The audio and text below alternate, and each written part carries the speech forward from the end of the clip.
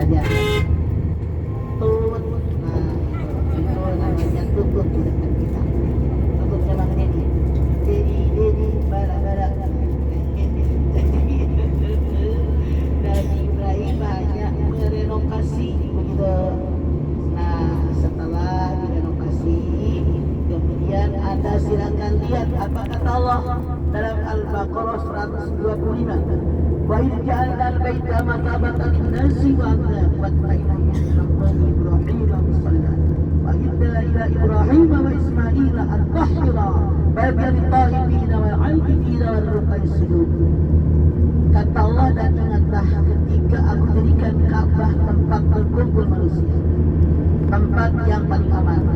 Aku perintahkan Ibrahim dengan Ismail membersihkan Ka'bah, buat tempat tawaf, tiga rukun dan sujud.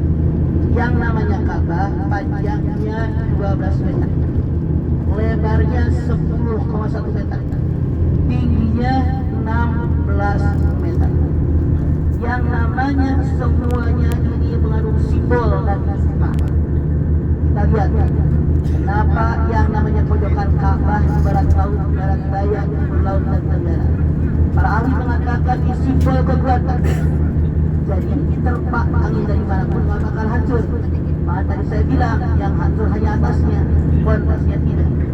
Mana hikmahnya?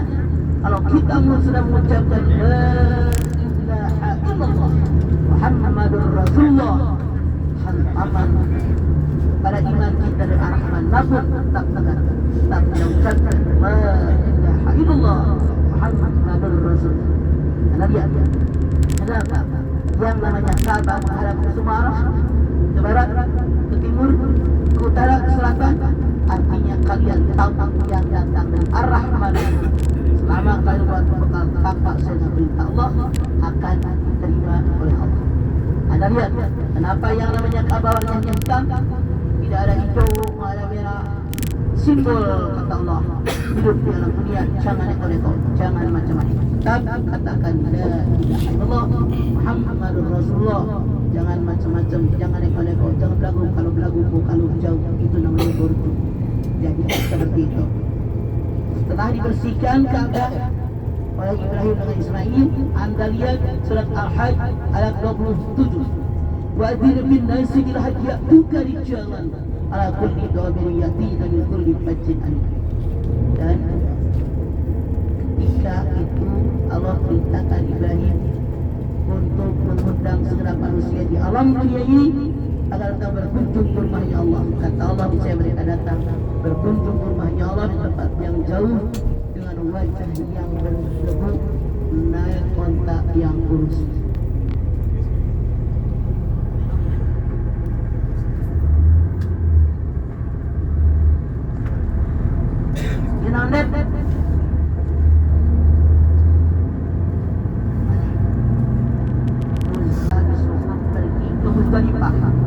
Masya Allah, haji tahun ini kredit sangat kredit dibanding haji dengan yang lain. Kenapa? Kemarin jam 2 siang saja masih banyak jamaah kita yang terkapar di sini. Ada bis, ada makanan, ada minuman.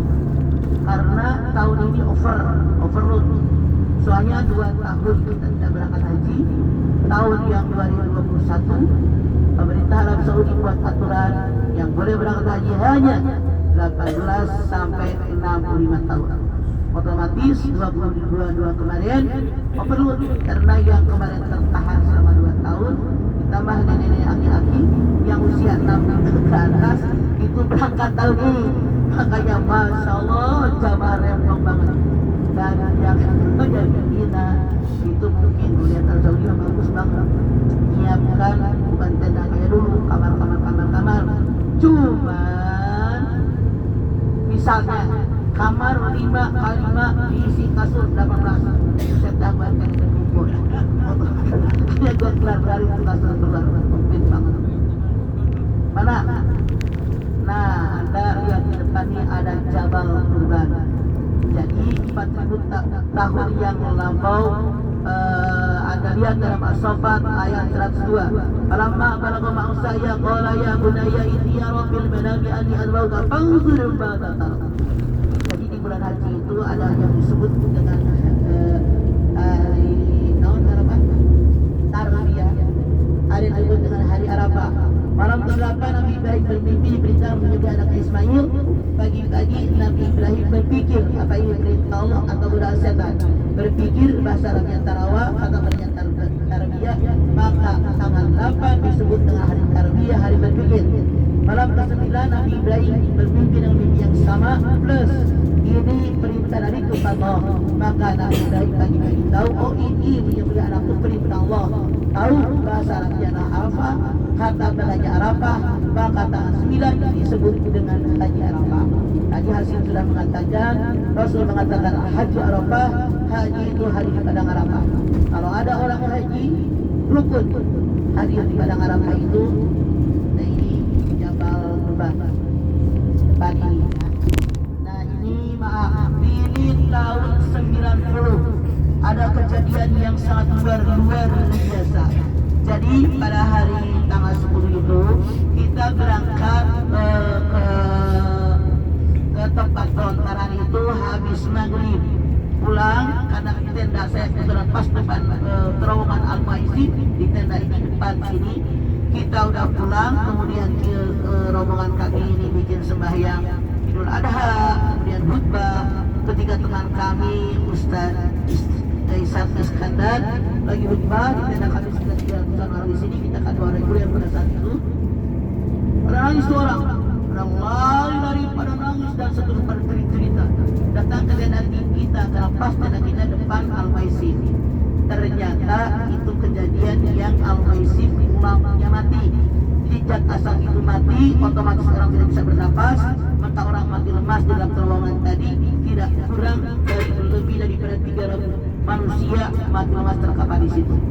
Akhirnya karena panik orang-orang, jadi kita pada keluar, tapi dijaga oleh askar, tidak boleh kita masuk ke lubang itu.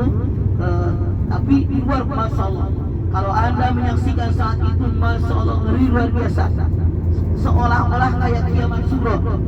Anda bayangkan tentara, polisi begitu banyak, manusia lari pontang-panting teriak-teriak dari keluarganya, suara ambulan, suara ngiung-ngiung mobil polisi, suara heli, pesawat di atas, manusia panik luar biasa. Kemudian eskapator pas di depan tenda kita ini, eskapator itu nyorokin orang manusia, berak, ditaruh di pinggir terobokan baby, ya, tunggu situ, jadi ke situ, terus disorok eskapator manusia, kalau yang benar mesti tengah terowongan tuh, berak itu depan tenda kita persis. Jadi berak, jadi manusia itu ditumpuk kayak sampah gimana? Saking banyaknya di dalam terowongan itu, karena yang keluar masuk satu terowongan ditumpuk di pinggir trotoar sini. Lama itu, pokoknya kata saya kayak kiamat subuh luar biasa.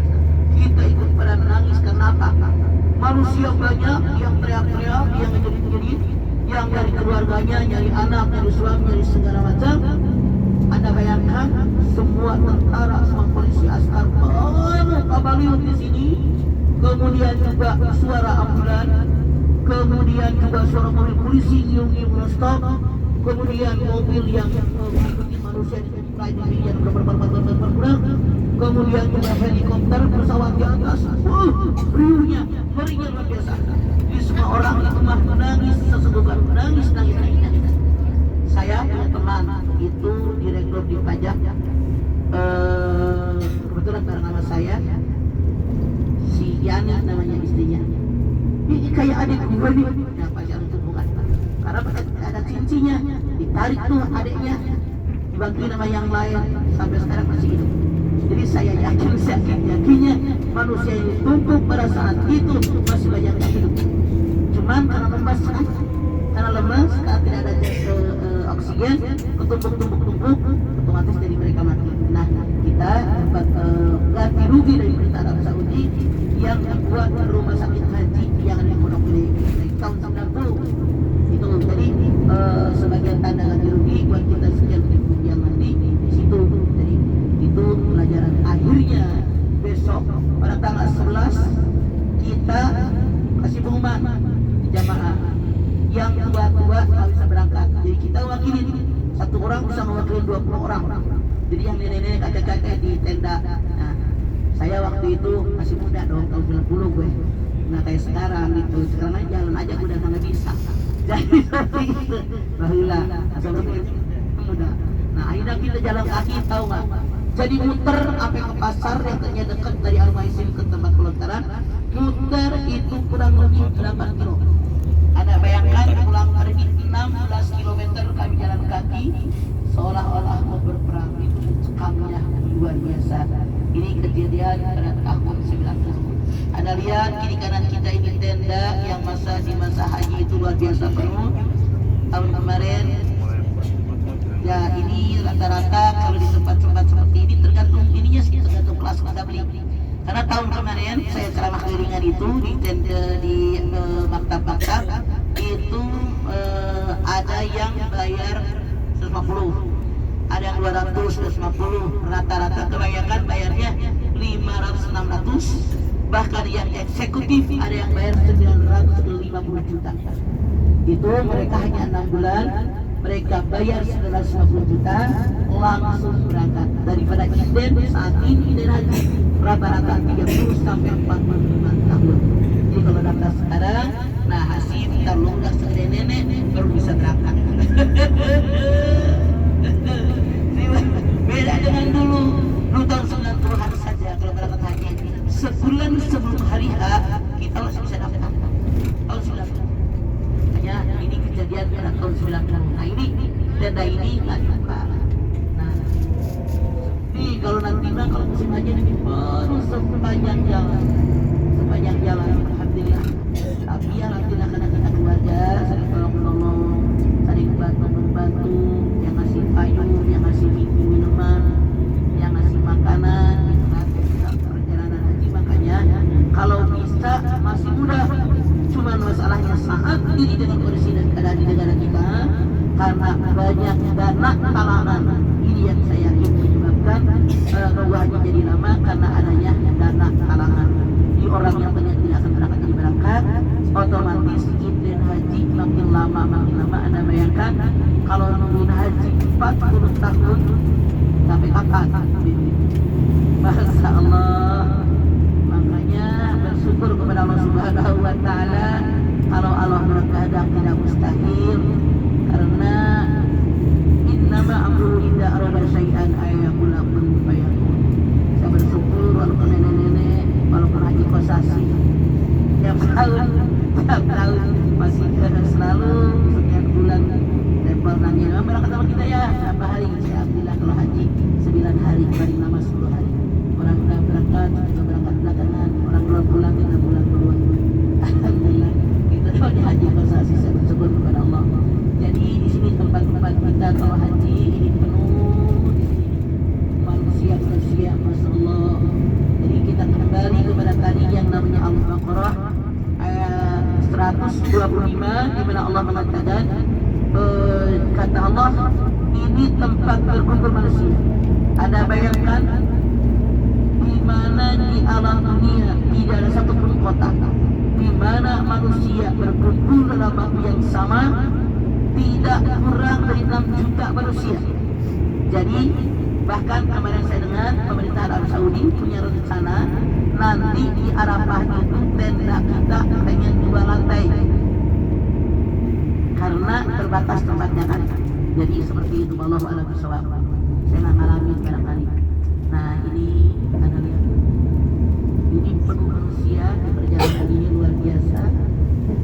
Mudah-mudahan yang belum haji bisa berangkat haji. Cuman haji ini merupakan kewajiban. Saya tanya Anda, rukun haji ada berapa? 1, syahadat ini pondasi. 2, sholat ini adalah tiang. Semua bangunan wajib pakai tiang, tanpa tiang gak bakal berdiri tegak. Nah, tiang yang wajib pada tiang pemantesan, tiang sunat. Kemudian yang ketiga, puasa ini asyam wujud, dinding, perisai, tameng, penghalang. Jadi kalau orang yang itu puasa itu nafsu sekalian. Yang nomor 4 adalah zakat. Zakat ini ibarat ventilasi lubang angin, jendela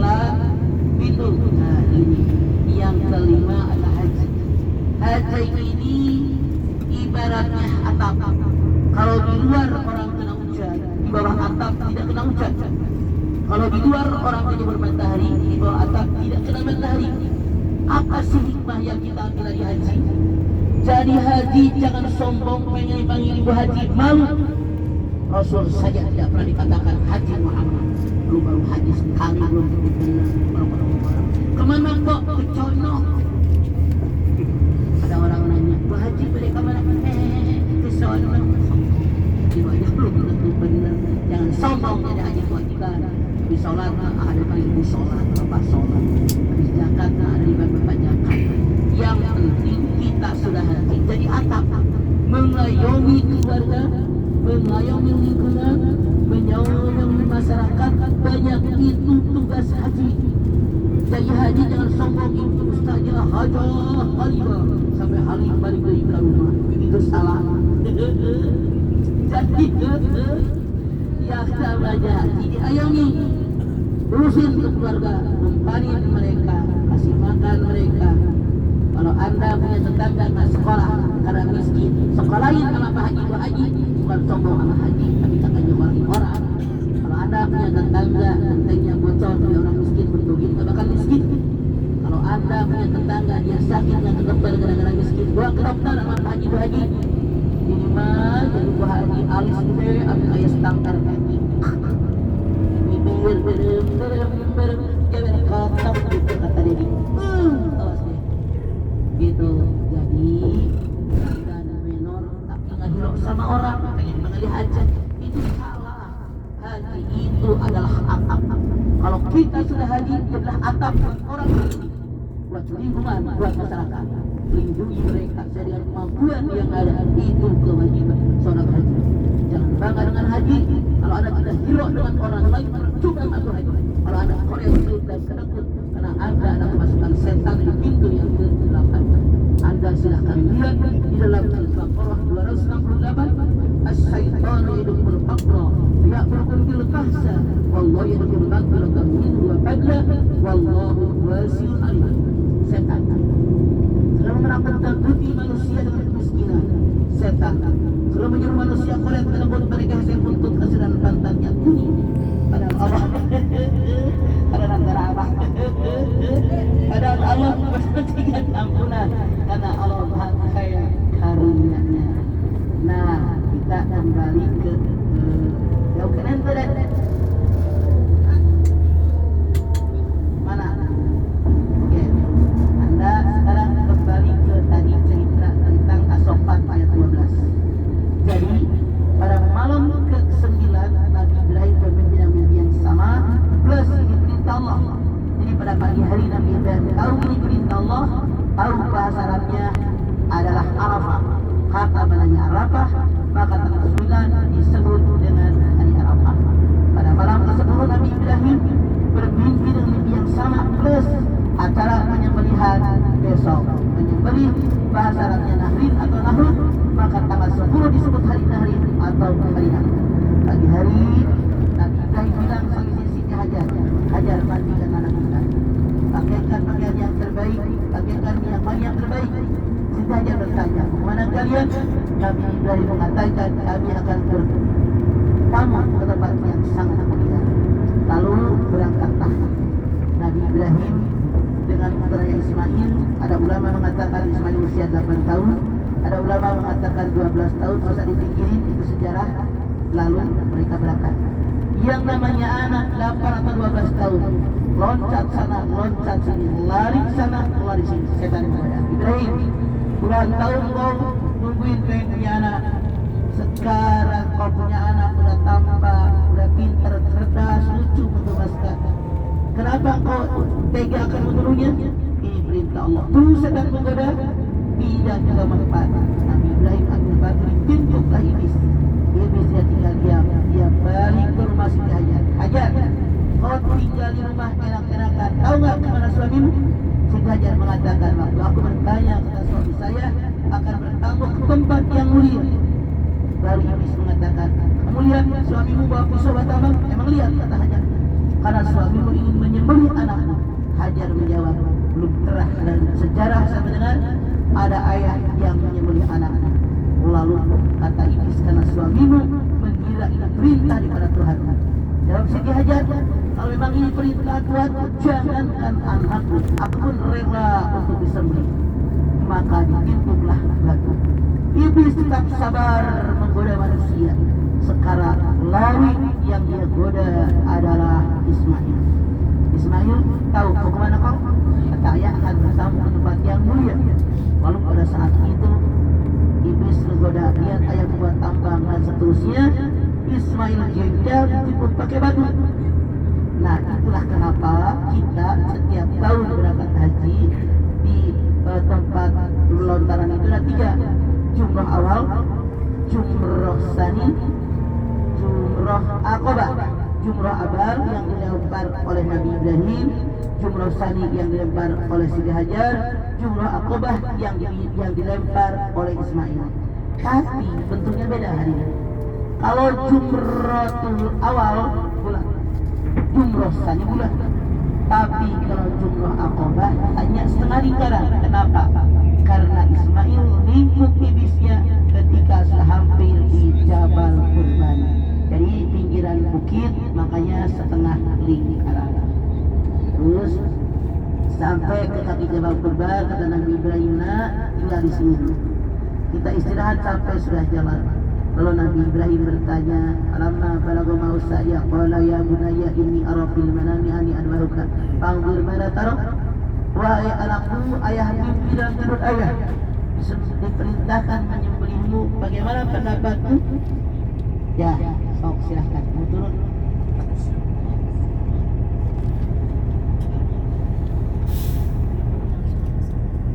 Ya, Bapak Ibu Allah Subhanahu wa Ta'ala, kita sambil jalan karena kita belum sholat juga ya. Ya, kita sambil jalan. Di Jabal Nur itu ada Gua Hira. Bapak Ibu bisa mendaki Jabal Nur itu nanti dari jalur khusus, nanti kita lewati untuk menuju ke Gua Hira. Dari kita mendaki, dari awal kita mendaki pakai tangga, sekarang udah tangga lengkap sampai ke atas pun tangga semua. Kayak dulu yang masih susah untuk mendaki, sekarang udah pakai tangga. Dari awal kita mendaki itu udah pakai tangga sampai ke puncak. Kemudian dari puncak itu biasanya kalau kita berangkatnya dari bawah itu jam 3-an atau jam 4-an, kita sampai ke puncak itu subuh. Jadi sholat subuhnya di puncak, di atasnya. Kemudian di mana Gua Hiranya? Gua Hiranya itu dari puncak kita turun lagi pakai tangga ke bawah, kemudian kita masuk ke lubang batu, ke arah kanan lagi baru Gua Hira. Jadi Gua Hira itu bukan di puncaknya, tapi turunan lagi dari bawah naik ke puncak, turun tangga, nyelip ke batu, barulah Gua Hira. Ada apa di Gua Hira? Ternyata di Gua Hira inilah Rasulullah Sallallahu Alaihi Wasallam menerima wahyu pertamanya surah Al-Alaq. Ketika itu Rasulullah Sallallahu Alaihi Wasallam senantiasa rajin ke Gua Hira, ya, beribadah, bertahan, berdiam diri, berzikir, menyembah Allah Subhanahu Wa Taala. Dulu nggak ada tuh yang datang di situ, hanya Rasulullah Sallallahu Alaihi Wasallam saja. Namun di malam ketika Rasulullah menerima wahyu, tiba-tiba Jibril datang. Tiba-tiba Jibril datang memeluk Rasulullah, wahai Muhammad, baca, Iqra ya Muhammad. Jadi bingung Rasulullah, lah saya dulunya nggak pernah ada orang di atas, tiba-tiba orang datang memeluk saya. Kita pun mungkin kalau ya sering sendiri di satu tempat, tiba-tiba datang seseorang yang nggak kita kenal, tiba-tiba meluk, ya, kaget gitu. Begitu juga Rasulullah Sallallahu Alaihi Wasallam. Muhammad, Iqra ya Muhammad. Ma'ana biqari, kata Nabi Muhammad. Apa yang mau dibaca gitu?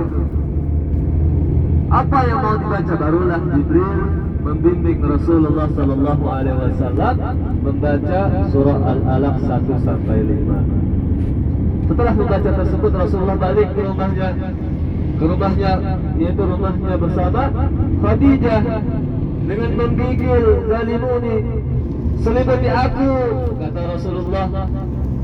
ketakutan seseorang yang tidak pernah dilihat tiba-tiba memeluk dengan erat kemudian mengajarkan surah Al-Alaq 1 sampai 5. Di mana kejadiannya tersebut? Disitulah di Gua Hira di Jabal Nur. Bapak Ibu Allah Subhanahu wa taala, makanya kenapa orang-orang banyak tuh yang mendaki, baik ada yang mendaki subuh, mendaki siang. Mereka pengen lihat di mana tempat Rasulullah sallallahu alaihi wasallam beribadah, di mana tempat Rasulullah sallallahu alaihi wasallam menerima wahyu pertamanya. Kata para ulama, ketika itulah Rasulullah sallallahu alaihi wasallam diangkat menjadi nabi dan rasul.